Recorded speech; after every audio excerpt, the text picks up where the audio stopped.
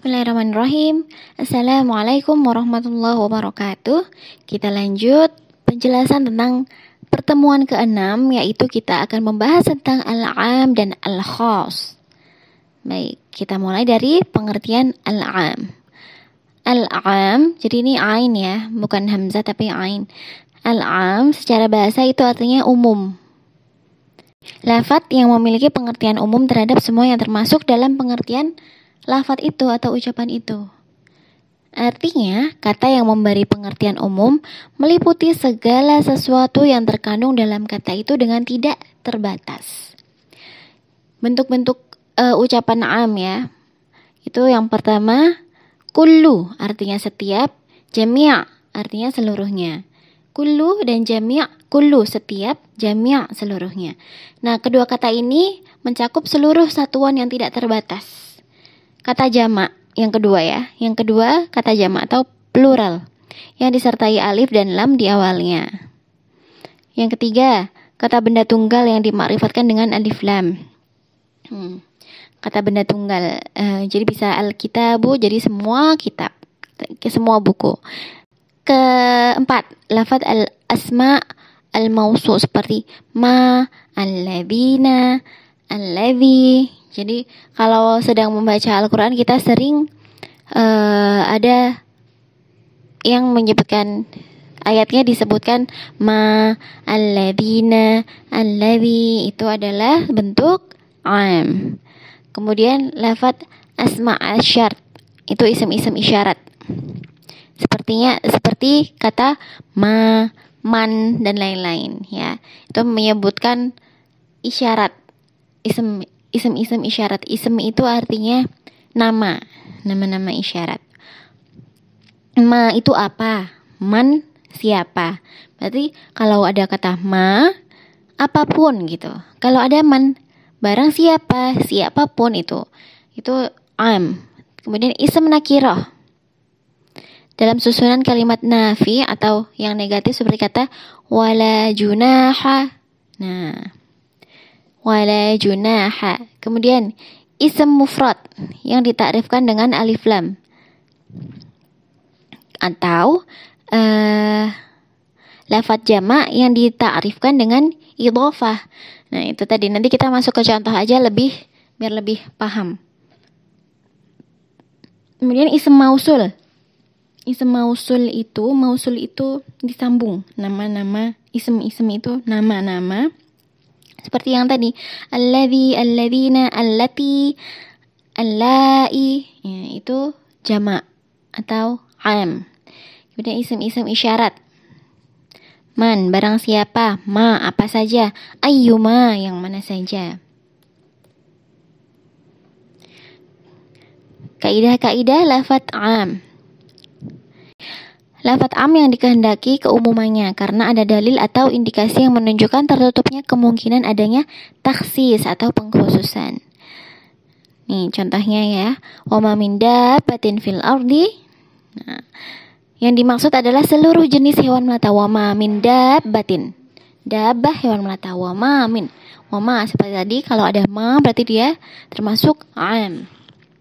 Kemudian lafaz am yang kedua ini ya, lafaz am tetapi yang dimaksud adalah makna khusus. Contohnya,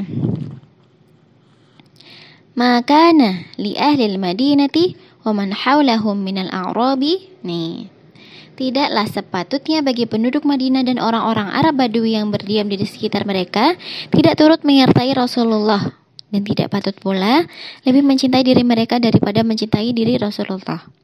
Yang dimaksud bukan seluruh penduduk Mekah, tapi hanya orang-orang yang mampu.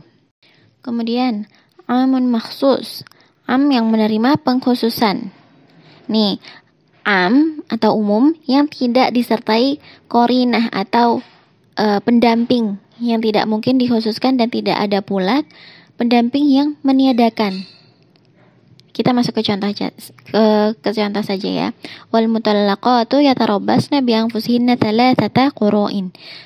Wanita-wanita yang ditalak hendaklah menahan diri 3 kali quru'. Nah, lafaz am dalam ayat ini adalah al mutallaqat, wanita-wanita yang ditalak. terbebas dari indikasi yang menunjukkan bahwa yang dimaksud adalah makna umum atau sebagian cakupannya. Jadi hanya wanita-wanita yang ditalak. Sekarang kita masuk ke definisi khos. Khos artinya khusus atau menyendiri, terpisah. Lebih mudah kita menyebutnya dengan khusus. Jadi ada beberapa pengertian.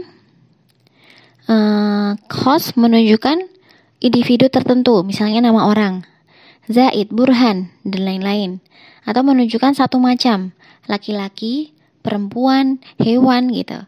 Bisa juga menunjukkan jenis seperti manusia. Nah, khos berarti sesuatu yang menunjukkan satuan yang terbatas. Paham ya? Mudah ya insya Allah memahami khos dan am ini.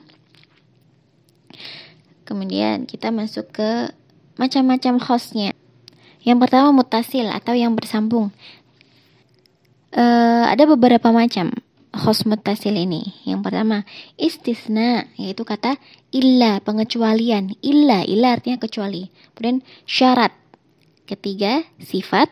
Keempat ghayah. Ghayah itu pencapaian atau batasan. Contohnya hatta itu artinya sampai. Ila artinya sampai juga. Nih, beberapa contoh lafal khos pada surat Al-Maidah. Nah, ini silakan nanti dicari ya, Al-Maidah ayat 89. Maka kafarat atau melanggar sumpah itu ialah memberi makan 10 orang miskin, yaitu dari makanan yang biasa kamu berikan kepada keluargamu atau memberi pakaian kepada mereka. Nih, kata asyarah. Asyarah dia menyebutkan khusus 10, asyarah artinya 10. Itu semata-mata 10 aja. Nggak kurang, nggak lebih. Makna 10-nya itu udah benar, nggak ada peluang dari makna lainnya. Contoh lainnya ya, bunyi ayatnya. Tetapi jika ia tidak menemukan binatang kurban atau tidak mampu, maka wajib berpuasa 3 hari dalam masa haji. Kata salasah atau 3 itu khos, termasuk khos. Nggak boleh kurang, nggak boleh lebih. Ya maksudnya artinya ya dari kata itu sendiri, nggak ada arti lain gitu. Demikian berikut tugas tentang makalah ya, untuk menjelaskan kaidah-kaidah pada al-khos. Minimal 3 ya, insya Allah mudah dikumpulkan di ufik.sikesurga@gmail.com. Wassalamualaikum warahmatullahi wabarakatuh.